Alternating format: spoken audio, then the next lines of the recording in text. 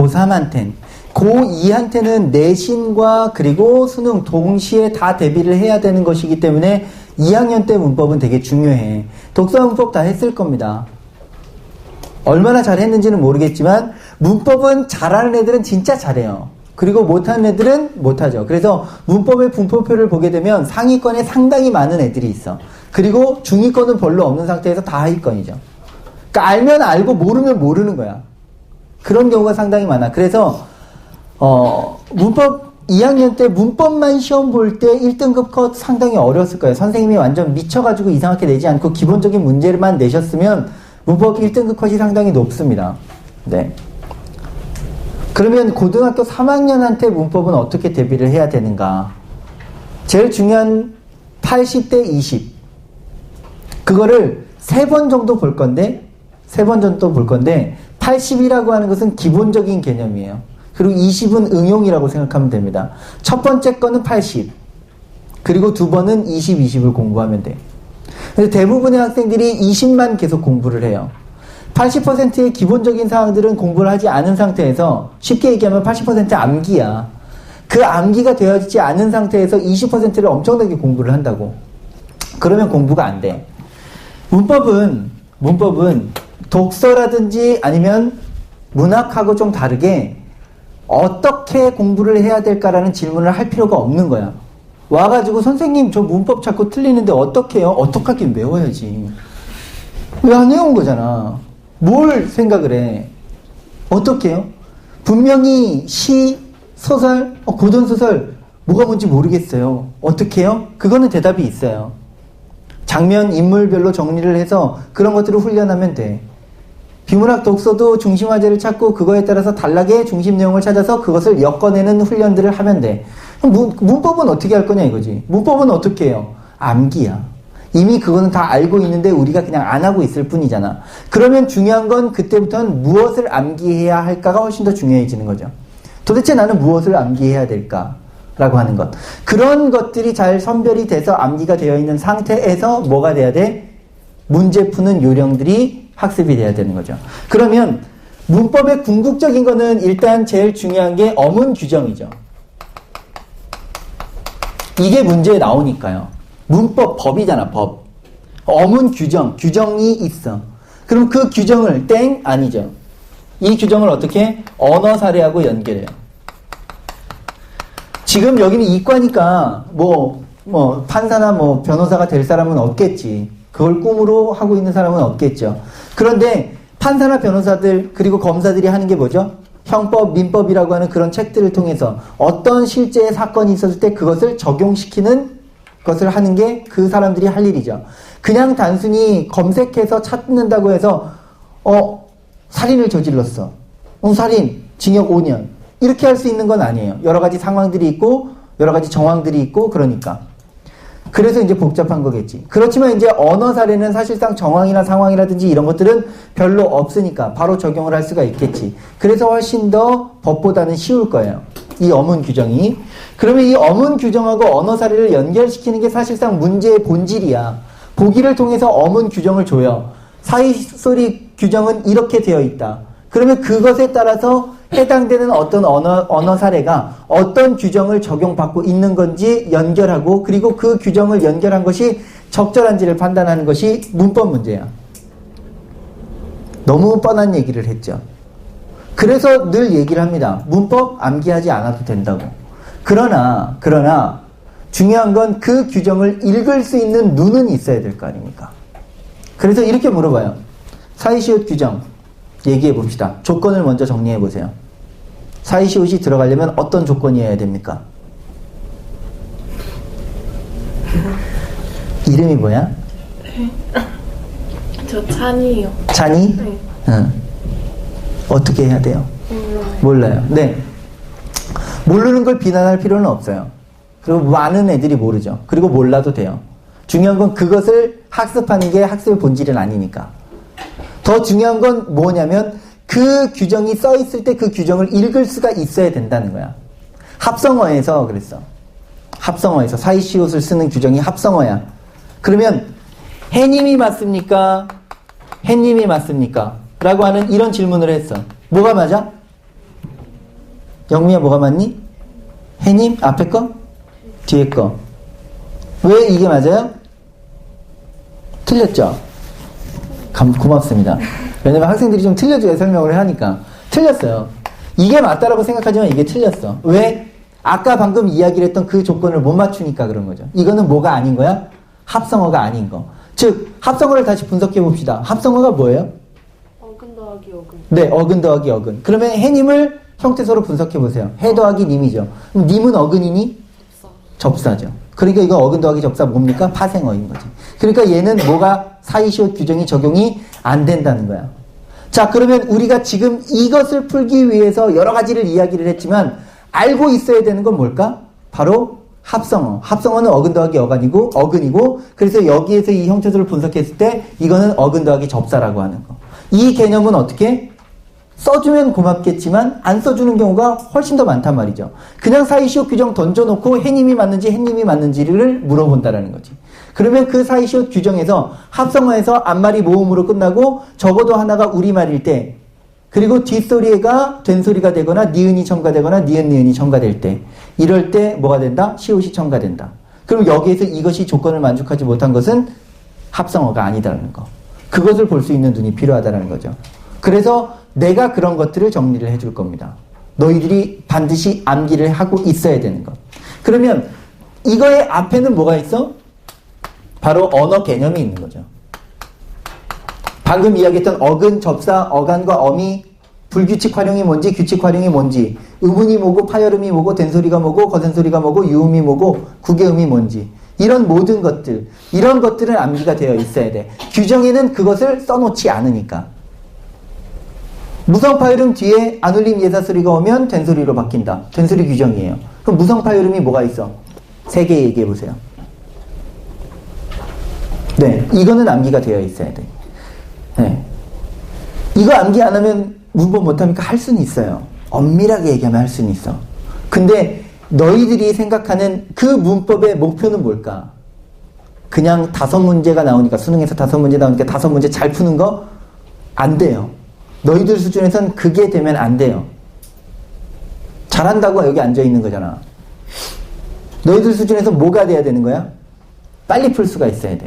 거기서 시간을 아껴서 다른 독서라든지 문학에 시간을 할애할 수 있어야 돼. 문법 가지고 20분, 15분 이렇게 풀고 있을 시간이 없단 말이죠. 적어도 7, 8분 내에 5문제를 해결하고 넘어갈 수가 있어야 돼. 그러기 위해서는 얼마나 빠르게 규정을 적용할 수 있는가가 중요한 거지. 그래서 공부의 목표를 그걸로 잡으세요. 이번 겨울방학 때 내가 문법 처음부터 끝까지 뭐를 암기해야 하는지를 체크하는 것. 그것을 해놓고 암기는 그냥 2월달, 3월달에 해. 그리고 3월 모의고사부터 그것이 암기가 되었는지 정확하게 점검을 하세요. 그리고 나서 수특을 공부하면서 뭘 공부해? 문제 푸는 스킬을 공부해. 지금은 너무 스킬적인 것에 집착은 하지 맙시다. 전혀 얘기 안 하지는 않을 거예요. 하긴 할 건데 그거에 너무 집착하지는 맙시다. 일단은 내가 뭘 공부해야 되는지 선별하는 것. 그것이 핵심적인 공부라고 생각하고 접근을 하시기 바랍니다. 자, 그러면 오늘은 어쨌든 첫 시간이고 그래서 이제 의문에 대해서 이야기를 할 거야. 가장 문법 단위에서 기본이 되는 단위가 되는 거죠. 의문이라고 하는 거. 의문은 뭡니까? 이렇게는 암기를 하고 있겠죠. 말의 뜻을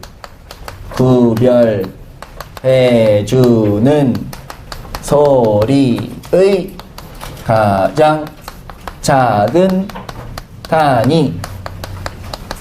내가 이렇게 적어줬을 때 이해하지 못하는 학생들은 없을 겁니다. 다 이해는 되죠? 그럼 이거를 둘로 나눠볼게요. 이 개념을. 말의 뜻을 구별해주는. 자, 말의 뜻을 구별해준다라고 하는 게 뭘까? 쉽게 뜻이 바뀐다라는 거야. 이 의문이 바뀌면 뜻이 구별된다는 얘기야. 그러면 여기에서 이 글자를 써볼게요. 말. 이 글자를 썼어. 의문이 몇 개입니까? 3개. 3개. 3개. 3개. 3개. 3개. 3개. 3개. 3개. 3개. 어? 뭐라고? 중절만 3개. 아, 네. 너무 잘 대답하지 마세요. 좀 이렇게 모르는 척도 해주고 그래야지. 만약에 나중에 남자친구가 막 서프라이즈 선물을 해주는데 이미 알고 있어. 이거 그거지? 이렇게 얘기를 하면 남자가 얼마나 싱겁겠어. 이미 알고 있더라도 포장을 따면서 어머 이걸 줄지는 정말 몰랐네. 이렇게 얘기를 해줘야지. 여기에는 네. 분절 의문만 3개가 있고 비분절 의문 1개가 있어서 총 이 말의 뜻을 바꿀 수 있는 위치는 4군데가 있다라는 거지. 그쵸? 그래서 바꿔봅시다. 일단 이거를 달로 바꿀 수도 있고, 그 다음에 물로 바꿀 수도 있고, 그 다음에 막으로 바꿀 수도 있어. 그 다음 아무것도 바꾸지 않은 상태에서도 바꿀 수 있어요. 일단은 그냥 편안하게 거의 대부분 90% 이상의 학생들이 3개라고 얘기하니까 그건 눈에 보이는 이 부분과 이 부분과 이 부분, 즉 초성과 중성과 종성이라고 하는 3개의 위치, 분절 의문이 들어갈 수 있는 3개의 위치를 우리가 볼 수 있어. 눈으로 볼 수 있고 그 경계를 분명하게 알 수 있죠. 아랍어 본 적 있죠, 그죠? 아랍어를 본 적은 있죠. 사우디아라비아 그 국기에 보면은 칼이랑 뭐 밑에만 이상한 글씨 써 있잖아. 그거를 나눌 수 있어요? 여러분들은? 나눌 수 없죠. 그죠? 진짜로 나눌 수 없는 게 아니고 우리가 모르는 거야. 어디까지가 한 글자인지를 모르는 거죠. 그런데 이거는 우리가 어떻게 나눌 수 있죠. 분절음문처럼 나눌 수 있어. 일본어 공부한 사람이 있겠지. 일본어 발음으로 칼을 써볼게요. 이걸 씁니다. 어디까지가 K이고 어디가 모음이야? 한 글자 자체가 K. 네, 이거 자체가 카죠. 그러니까 나눌 수 없어. 키도 마찬가지. 이것도 나눌 수가 없어. 자, 얘네들은 뭐가 아닌 거야? 네, 분절적인 글자가 아닌 거죠. 음소 문자가 아니니까. 우리는 음소, 운이라고 했을 때 음소와 운소가 있는데 그 음소를 가지고 있는 음소 문자를 사용하고 있어. 그 음소가 바로 자음과 모음이라고 하는 분절음문이에요. 지금 내가 뭐 칠판에 적지 않고 입으로만 시부시부시부 이렇게 하는 거는 그냥 듣기만 하면 되는 거예요. 알겠죠? 칠판에 적는 거는 어느 정도 기억하시고. 그러면 지금 여기에 있는 것들은 뭐야? 시각적으로 우리가 분리가 가능하고 시각적으로 경계를 알 수 있기 때문에 얘네들을 뭐라고 얘기를 해? 분절음문이라고 얘기합니다. 그리고 여기에서 이 말, 글자로는 알 수 없어요. 발음을 해봐야 알죠. 말. 짧은 게 뭐지? 말. 이게 뭡니까? 이게 말이야. 지금 내가 하는 거는 이거는 말, 긴 거죠. 긴 겁니다. 그렇게 해서 이 소리의 길이라고 하는 얘는 우리가 시각적으로 경계를 나눌 수가 없기 때문에 얘를 뭐라고 불러? 비분절 음운이라고 부르고, 다른 말로 이 운 중에 얘는 음소라고 얘기했고 얘가 운소가 되는 거예요. 운소. 그래서 소리의 길이나 아니면 소리의 높낮이 이런 것들을 운소라고 하는데 우리나라에서는 소리의 길이밖에 없는 거죠. 자, 그렇게 해서 일단은 음운의 개념이 이 4가지가 있다라는 거, 이거를 상상하지 못했지만 지금 상상하시면 되는 거고, 여기서 분절음운을 다시 확장해서 얘기해 봅시다. 분절음운은 뭐가 있어요? 자음하고 모음이 있죠. 생각을 해보죠. 자음은 아들 자자를 써. 모음은 어미 모자를 써. 왜 이렇게 쓸까요? 대답하셔야 돼요. 이거는 대답을 기다릴 겁니다. 잘 모르겠는 사람은 머릿속으로 궁금해하세요. 왜 자음은 자음이라고 아들 자자를 쓰고 왜 모음은 모음이라고 하면서 어미 모자를 쓸까? 이거는 우리가 가지고 있는 음운의 특징을 가장 잘 보여주는 것 중에 하나야. 그리고 많은 학생들이 실수하는 것 중에 하나죠. 그 말은 뭐냐면, 대답하기 싫으니?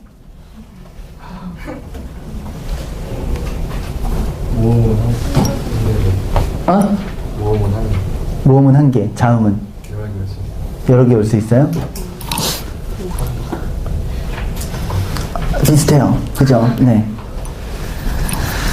그런데 여기에서 얘기하고 싶은 건 그 개념은 아니야. 그 개념은 아니고 여기서 얘기하고 싶은 건 자음은 홀로 음절을 이룰 수가 없어요. 모음은 홀로 음절을 이룰 수 있어요. 그렇기 때문에 얘는 엄마, 얘는 아들이 되는 거죠. 우리 카톡 같은 거, 뭐 카톡이나 요즘은 뭐예요? 그걸 제일 많이 하는 게 뭐야? 카톡? 아직도 카톡? 네. 페북? 인스타그램? 뭘 더 많이 해? 그냥 대화를 주고받을 땐 카톡, 그 다음에 이제 뭔가를 올릴 때 있잖아. 내가 뭐 아웃백 스테이크 가서 스테이크를 먹었으면 친구한테 자랑해야 되는데 이걸 어떻게 자랑하지? 라고 했을 때 어디로 자랑합니까? 페북이야? 인스타? 네. 어쨌든 뭐 그게 중요한 건 아닙니다. 근데 내가 그래서 아웃백을 갔어. 그래서 사진을 남겼어. 아, 완전 맛있어. 짱 맛있어. 근데 영미가 내 인스타그램에 와서 이렇게 남겨놓고 갔네?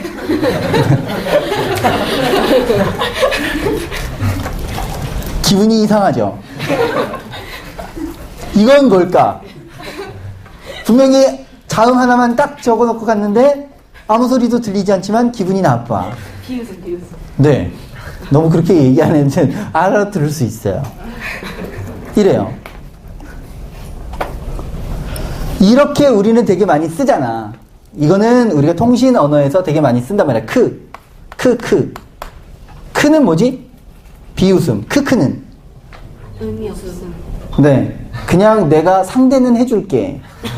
반응은 해주지만 별로 재미는 없고 그냥 귀찮다. 뭐 이거예요. 그래서 이제 여자친구랑 대화하다가 크크가 한 2번 정도 연속으로 나오면 아, 얘가 좀 대화가 질리는구나. 그래서 이제 대화를 잠깐 끊고 나중에 연락하거나 아니면 재워야 돼요. 특히 썸 타는 중에서는 훨씬 더 중요합니다. 썸 타는 중에 대화를 하는데 썸녀가 크크라고 2번 정도 했다. 아, 얘가 이제 잠시 쉬었다 가고 싶어 하는구나. 그래서 이제 나 혼자만 신나서 있잖아요. 근데 내가 어제 뭐 이러면서 계속 말을 이어가면 얘가 아우 얘는 진짜 할 일도 없네요. 자꾸 나한테 연락해. 이렇게 될 수 있으니까 크크 2번이 연속 나오면 아, 이제는 그러면 일 보시고요. 나중에 또 연락드리겠습니다. 그러면 깔끔해지는 거예요. 그렇게 한 3번 정도 하면 꼬셔질 수 있어. 근데 막 이렇게 돼 있어.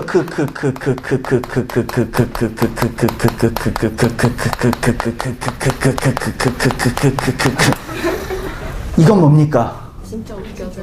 네, 진짜 웃긴 거죠. 이 크크의 미학. 크크의 이거. 네. 크크를 통해서 나중에는 모든 대화를 할 수도 있을 수도 있어요. 네. 그래서 이왕이면 귀찮더라도 정말 재미있을 때 이렇게 대답을 해줬으면 좋겠어요. 영미야 이렇게 남겨야 돼. 알았죠? 네. 자, 결론은 여기에 어떤 자음을 쓰든 우리는 이것이 소리가 들리는 듯 들리지만 실질적으로는 소리가 나지 않아요. 그렇게 음절을 만들 수가 없는 거죠. 그렇지만 이거는 만들 수 있습니다. 어떻게? 요거랑 요거는. 이건 뭡니까? 아침에 이거 먹었어요? 네. 보기에는 생소하지만 이건 분명하게 발음할 수 있는 거야. 우유라고. 그렇지만 보기에 생소하기 때문에 우리는 이걸 어떻게 합니까? 여기에다가 이응을 붙여주는 거죠. 그치? 이걸 붙여줘. 그러면 여기에서의 이응은 뭐다? 얘네 둘은 음가가 없다. 이것만 기억합시다. 끝. 이거예요. 내가 설명하고 싶은 건 이거야. 초성 자리에 나타나는 이응은 음가가 있다 없다? 없다.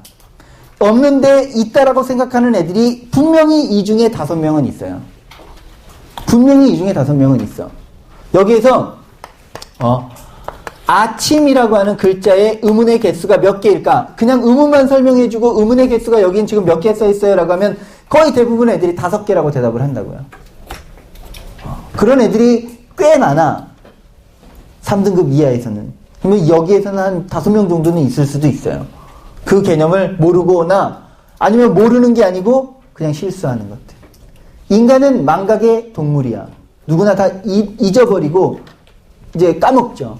그거를 인정하느냐 인정하지 않느냐가 자기의 실력을 결정해.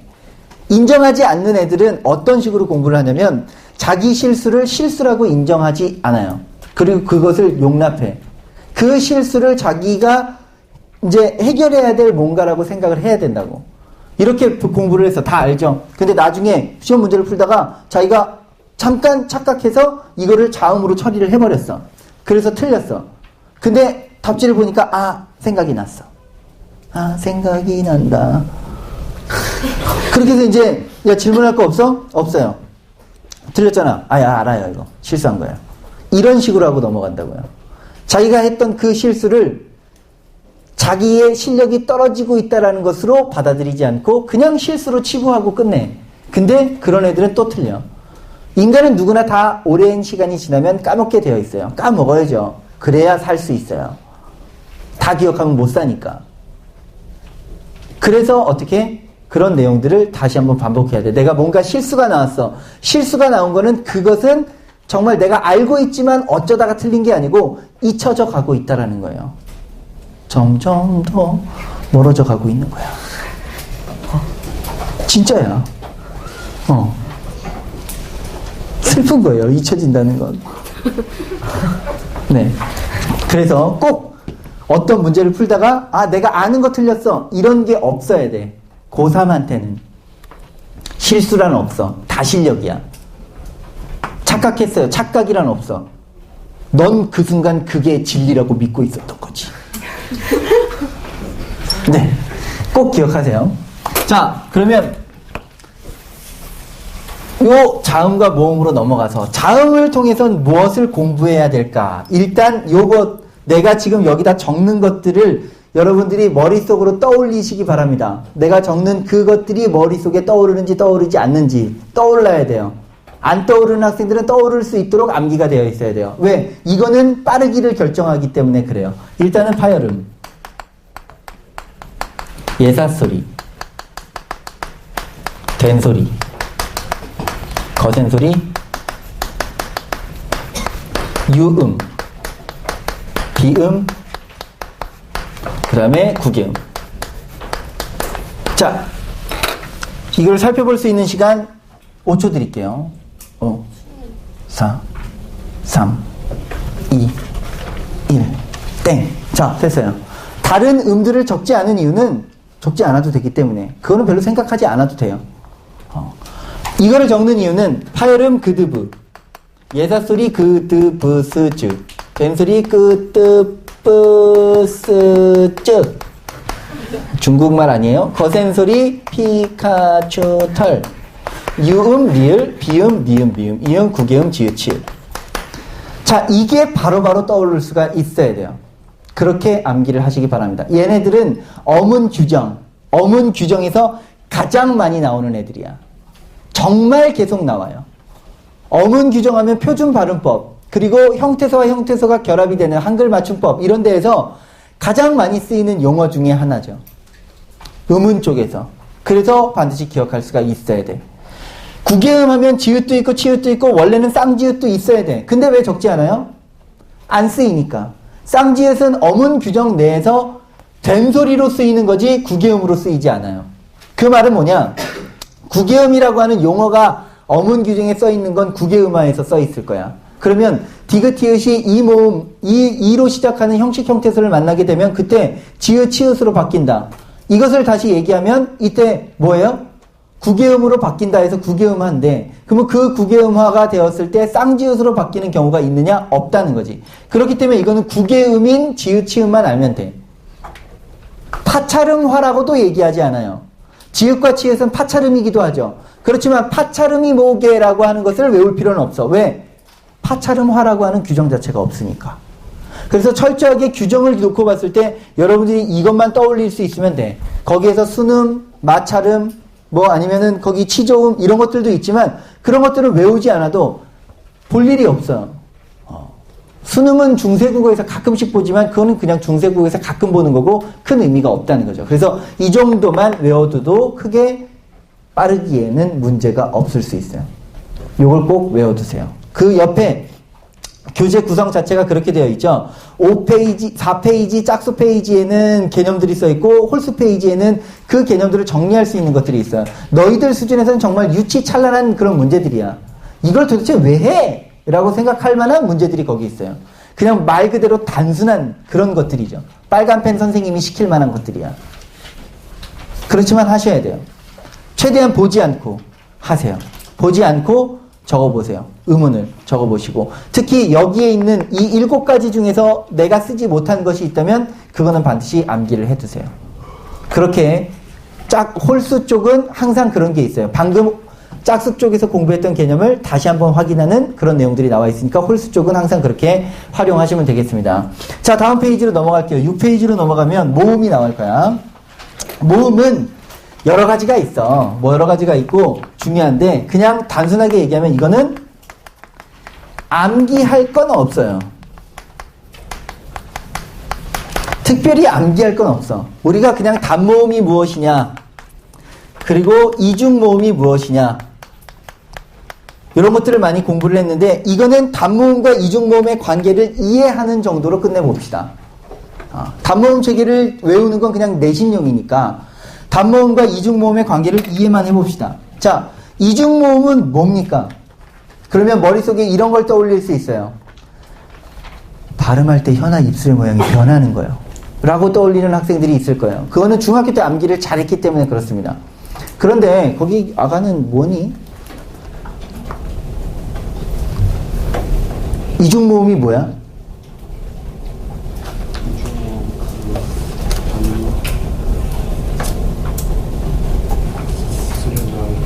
아, 저렇게 대답하는 거죠. 네. 중학교 때 공부를 잘 하셨군요.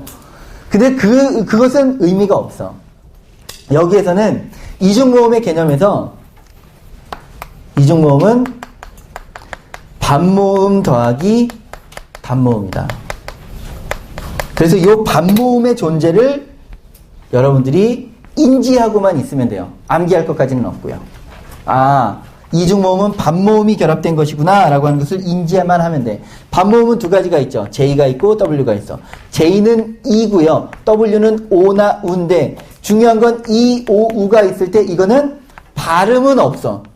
발음은 없고 모양만 있는 거야. 그렇기 때문에 이거는 소리가 나지 않기 때문에 모음이라고 하지는 않는 거예요. 우리가 야라고 하는 이중모음이 있으면 야는 J라고 하는 반모음과 아의 결합이야. 근데 이거는 이라고 하는 입모양만 내고 사운드는 내지 않습니다. 그렇게 해보세요.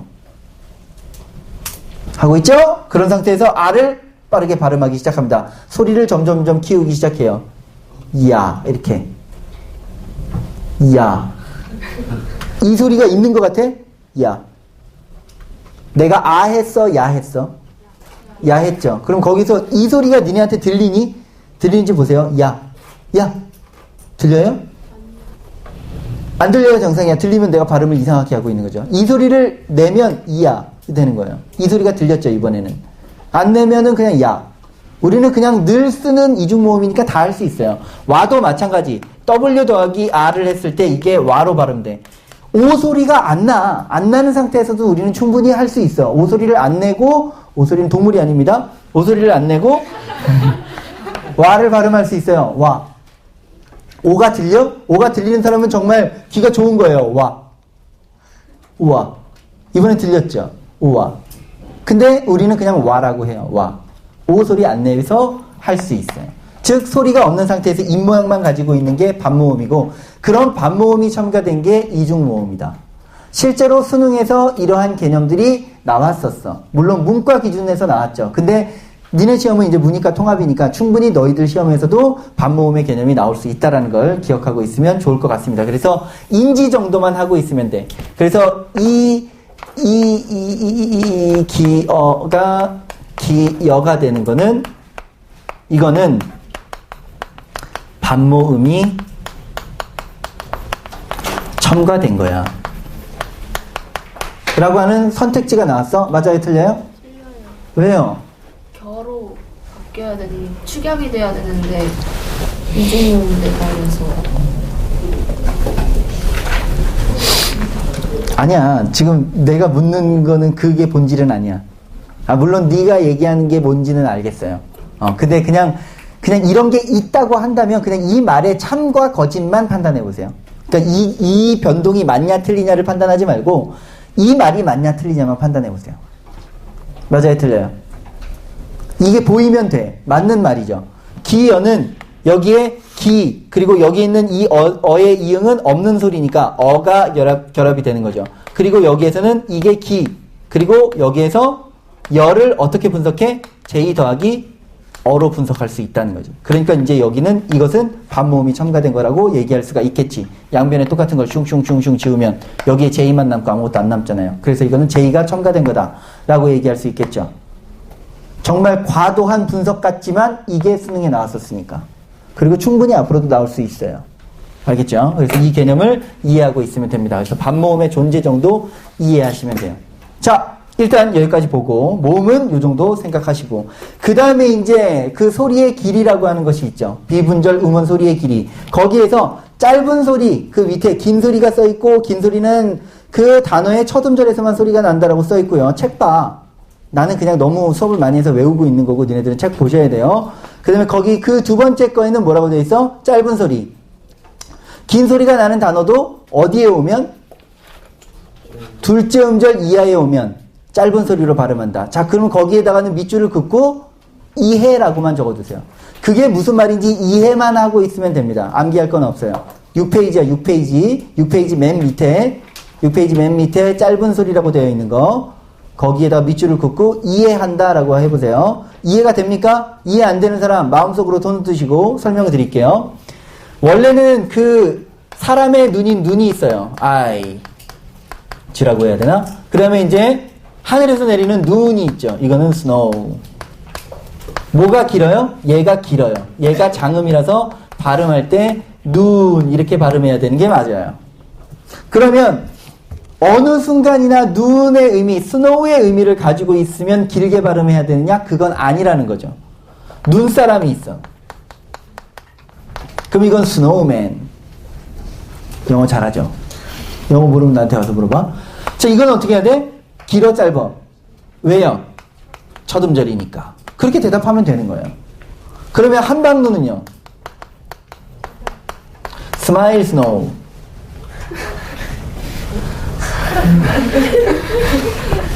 한박 웃음. 콩글리시야. 이거는 어떻게 돼요? 짧아요. 왜? 둘째 음절 이하, 세 번째 음절에 있으니까. 요거 그냥 받아들이기만 하면 돼. 알겠죠? 외울 것도 없고 그냥 그때 나오면 받아들이기만 하면 돼. 여기까지만 보면 되겠습니다. 끝. 뭐야? 이 감탄사는 뭐야? 누구야? 이거 누구야? 너였어? 이름이 뭐야? 손진. 진아? 이번엔 지나가겠어요. 자. 오호호호. 재밌잖아. 자, 그러면 이번에는 고3이니까 원래는 이제 그냥 기본적인 것들만 하면 이런 것들만 이야기하고 끝내지만 고3이니까 스킬적인 얘기를 할게요. 기술. 내가 아까 기술에는 집착하지 말아라 라고 했지만 전혀 안 다룰 수는 없으니까. 다음 페이지를 넘길게요. 8페이지, 9페이지를 보죠. 그럼 거기에는 어문 규정이 있습니다. 음운 체계하고 관련된 어문 규정. 어문 규정이 궁극적인 우리의 목적이야. 돌리기 귀찮으면 안 돌려도 돼요.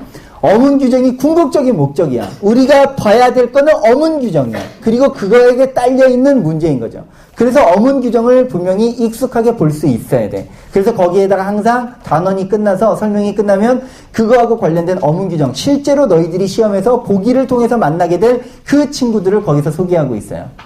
그래서 그 어문 규정은 외우지는 마. 한번 쭉 읽어보시고 그런 말들이 있었고 이게 우리가 수업했던 것과 어떻게 연관이 있는지만 연결시키면 돼요. 자, 그러면 거기에 문제가 있어. 문제가 있죠? 그 어문 규정 제5항을 사용한 문제가 있습니다. 그 문제를 풀어볼 건데 여기에서 문법 문제의 본질을 말씀드릴게요. 문법 문제의 본질을 하니까 되게 뭔가 거창한 것 같지만 별거는 없어. 바로 뭐냐면 문법 문제는 규정과 언어 사례의 연결이기 때문에 문법 문제를 풀 때 일단 무엇부터? 짝짓기부터야. 짝짓기. 그리고 두 번째는 그 규정 적용의 적절성. 규정 적용의 적절성을 판단하는 거죠. 자, 그러면 이 두 가지에 대해서 한번 이야기를 해볼게. 그 문제를 일단 너희들이 풀어봅니다. 지금 주어진 그 문제를 풀어보세요. 한 1분만 드릴게. 쉬운 문제니까.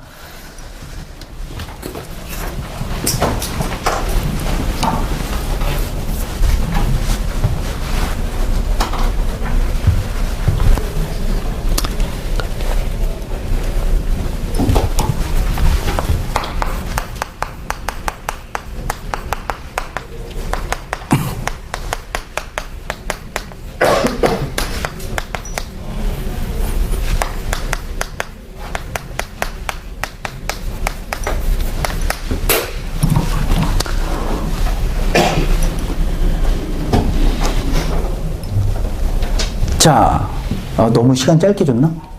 끝났죠? 다 같이 정답을 외쳐봅니다. 큰 소리로 외쳐볼게요. 하나, 둘, 셋. 자, 다시 한번. 그냥 그 번은 빼고 1, 2, 3, 4, 5 중에서 하나의 글자를 얘기할게요. 큰 소리로. 하나, 둘, 셋. 참, 니네 군대 가면 큰일 났다. 엄청 혼날걸? 3이죠. 자, 문제를 푸는데 어렵지는 않아요. 그러면 어떤 규정이 적용되었는지 각각 연결을 시킬게요. 이거의 답은 3번이라고 하는 거. 희망은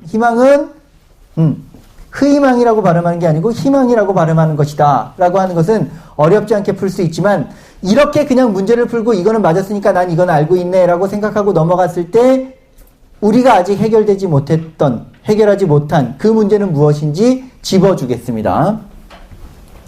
자, 먼저 짝짓기를 해보죠. 가져야 짝짓기 뭐랑 연결이 되죠? 다만 1. 협의는 다만 3. 희망은 3. 지혜는 문지혜. 지혜는 2. 우리 애는 4. 여기에 이의 있는 사람, 난 이거 아닌 것 같아요 라고 하는 사람 손들어. 틀린 것 같습니다 선생님, 손들어. 없어? 문제가 많은 거예요. 니네들 한 명이라도 있을 건데 분명히. 없어? 지금 연결 짝짓기를 잘 했어?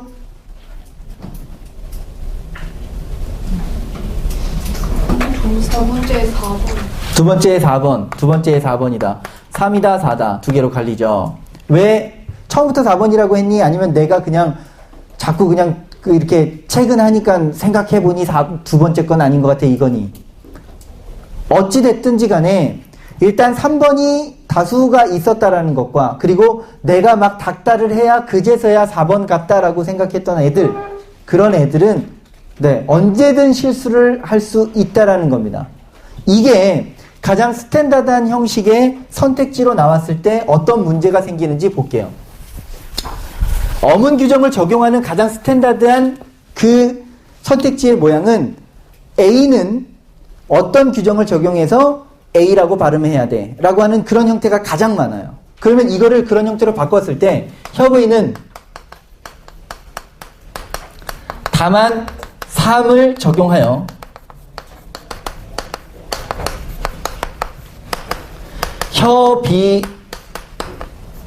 협의라고 발음해야 해. 이게 만약에 나왔다면 니네들은 맞았다고 할래? 틀렸다고 할래? 지금 니네들이 대답한 그 상태로는 이거를 맞았다고 할 애들이 절반 이상이라는 거죠. 근데 이게 맞아 틀려? 틀렸다는 거지. 뭐가 틀렸어? 다만 3을 적용한 게 아니라는 거지. 즉 이거의 조건을 놓고 봤을 때 이거는 자음을 첫음으로 갖는 의가 아니고 뭐야? 둘째 음절에 있는 의라는 거지. 그지? 그러니까 이거는 뭐예요? 다만 3이 아니고 다만 4가 적용이 돼야 되는 거지. 그러면 만약에 이거를 다만 3을 다만 4로 바꿨을 때 이거는 그러면 맞는 거냐? 지금 이걸 고쳤다고 칩시다. 협의는 다만 4를 적용하여 협의라고 발음해야 돼. 이거는 맞습니까? 짝짓기는 맞췄어. 짝짓기는 맞았어. 맞습니까? 생각하세요. 상당히 중요한 문제고 상당히 너희들을 혼란스럽게 만드는 문제니까. 생각하셨습니까? 생각하셨으면 대답하시죠. 맞는 말입니까? 틀린 말입니까? 내가 이렇게 물어봤으니 틀린 말 같긴 하죠. 그죠? 맞는 말 같지만 선생님이 저렇게 말하는 것으로 보아 틀린 것 같아. 그렇죠? 다들 눈치는 있으니까. 그러면 생각을 다시 한번 해봅시다. 왜 틀렸어요, 이 말이? 이 말이 그러면 왜 틀렸어요? 응? 다만 4가 2개여서? 에이, 설마. 하나 더 필요해. 하나가 더 필요해요? 왜 더 필요해요? 규정 하나가 더 필요해? 어떻게 더 필요해? 받침 비읍이. 뒤에. 모음과 만났을 때. 여는. 그렇진 않아요. 여기서 여는 법칙을 설명 안 했기 때문에 이렇게 하면 안 돼. 이 설명이 안 돼. 라고 하는 것은 그러면 어떤 의문 변동을 설명할 때 그 의문 변동에 해당되는 모든 것들을 다 얘기해야 된다는 거니까 그건 아니야.